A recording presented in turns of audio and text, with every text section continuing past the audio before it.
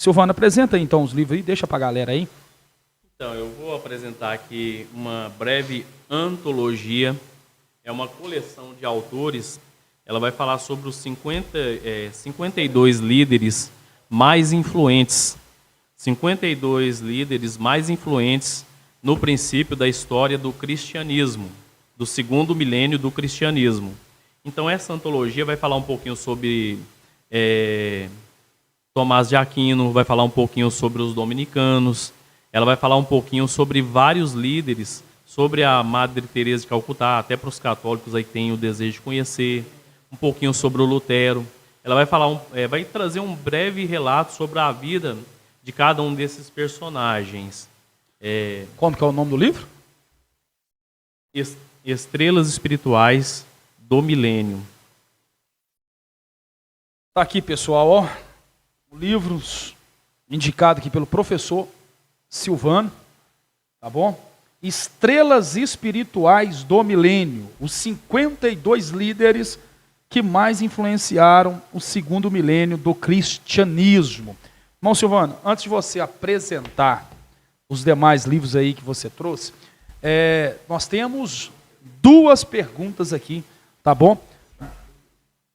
De quem? No chat do YouTube a gente tem 2 perguntas. Manda a primeira aí, Tiagão.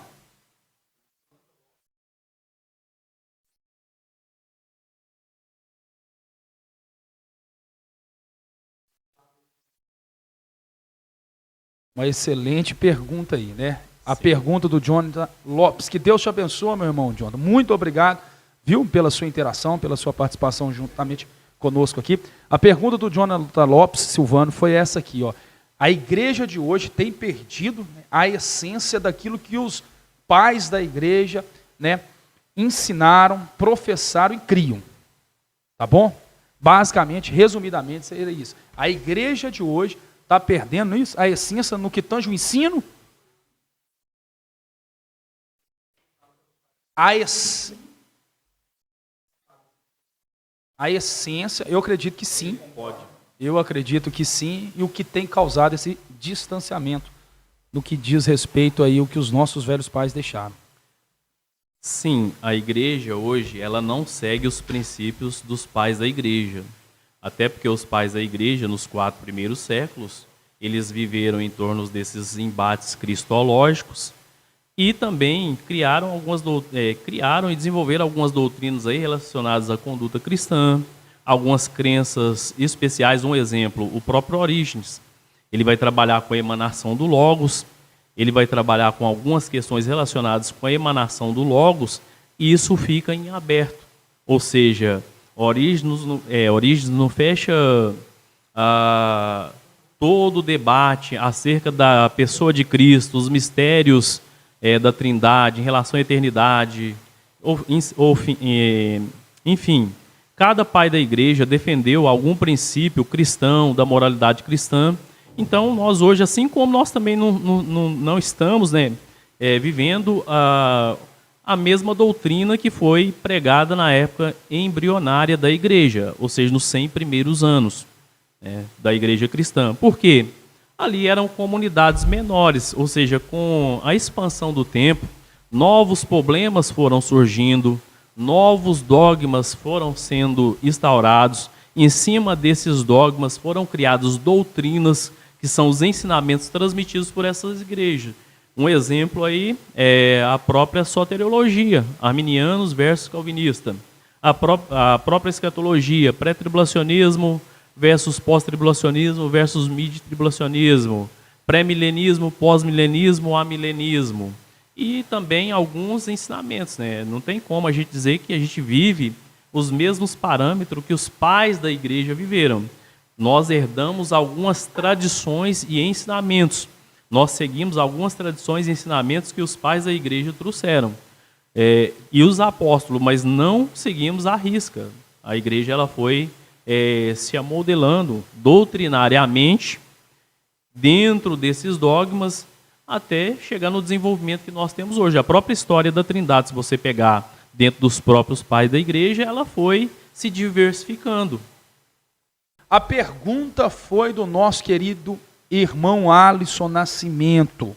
Irmão Nascimento, amigo nosso aqui do projeto, ele fez uma pergunta super importante. Ontem ele até teve uma saudação lá na igreja, ele falou sobre a Bíblia.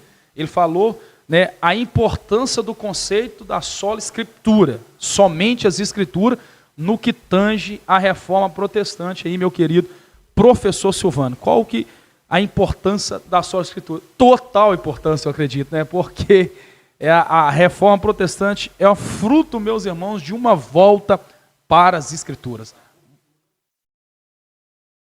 Sim, né? Vou reproduzir a pergunta aqui correta. A pergunta correta que é: qual que é a importância no que diz respeito à ruptura ao sistema católico romano? Por quê? Porque que os nossos irmãos católicos não se sintam ofendidos, mas isso é fato. A gente vê, a gente nota que eles professam e ensinam isso, que a tradição da igreja está acima, a autoridade da tradição da igreja está acima da autoridade das escrituras. Nós, cristãos protestantes, meus irmãos, cremos, professamos, ensinamos que a autoridade das escrituras está acima da autoridade da tradição da igreja. Não é nós, como igreja, que determina o que a palavra tem que ser. Nós não podemos ir para as escrituras por inferência, entendeu? Nós temos que ir para a escritura com uma exegese, né? É ter a nossa opinião partindo daquilo que a Bíblia diz. É a palavra de Deus que determina o que eu, como igreja, tenho que ser. Tá bom? Então, qual que é a importância ali da sola escritura com essa ruptura desse sistema romano? Irmão Silvano. Vamos responder essa pergunta da seguinte maneira. Lutero observou que as missas eram realizadas em latim. E a Bíblia ela tinha sido traduzida para o latim, a Vulgata Latina de Jerônimo. Existiam outras traduções vulgares, ou seja, populares. Vulgares aqui quer dizer populares, ou seja, é a tradição que circulava e, de certa forma, que o povo tinha meio que acesso, porque o povo não tinha um acesso direto às escrituras, o acesso era um tanto um quanto restrito, porque quem traduzia e interpretava as escrituras era o próprio clero, ou seja, eram os padres, os teólogos e filósofos que interpretavam as escrituras. E Lutero, ele lê no livro de Romanos, capítulo 1, e verso de número 17, que o justo viveria pela fé. Ou seja, Paulo, quando ele faz essa citação, ele diz como está escrito aonde? No livro de Abacuque. Paulo ele vai fazer uma reafirmação daquilo que Abacuque havia falado no seu tempo por causa da corrupção que havia se instaurado no meio social, na ordem social. E Paulo, trazendo à tona, ele vai enfatizar a importância das escrituras na vida do ser humano e, lá em Romanos 9, Paulo vai falar como ouvirão se não há quem pregue, como pregarão se não há quem foi chamado, como crerão se não há quem... Enfim, no final Paulo vai dizer, de sorte que a fé vem pelo ouvir, a mesma fé que Paulo disse que o justo viveria pela fé. Ou seja, a mesma fé que Paulo disse que o justo viveria, ele vai dizer que ela vem por meio da pregação da palavra de Deus. Isso também é reafirmado no livro de Hebreus, capítulo 10, nos versos de número 38 e 39. Só que no livro de Hebreus ela mostra o destino final, o telos. Ou seja, qual é a finalidade? Ou seja, a finalidade era levar os cristãos, conduzir o cristão à vida eterna. Esse era o objetivo da fé. E Martinho Lutero entende então que era necessário traduzir a Bíblia para o alemão. Ele começou a traduzir a Bíblia para o alemão e ele tinha o desejo de colocar a Bíblia na mão das pessoas. Ele tinha desejo que as pessoas tivessem acesso às escrituras. E ele tinha alguns embates com os clérigos da sua época justamente por causa disso. Porque eles achavam que o povo não deveria interpretar as escrituras, e sim as pessoas que estavam preparadas. Então, quando Martinho Lutero ele traduz as escrituras para o alemão, ou começa essa tradução, porque ele vai terminar depois, que ele foi resgatado, né, numa tentativa, numa empreitada para retirar a vida dele, ele vai para o castelo de um amigo, onde ele escreve aquele hino Castelo Forte, ele termina a tradução da Bíblia para o alemão. Então, Martinho Lutero entende que era de extrema importância o conhecimento das Escrituras para a estruturação espiritual dos cristãos. Respondido aí, então, nosso querido irmão Alisson Nascimento, né?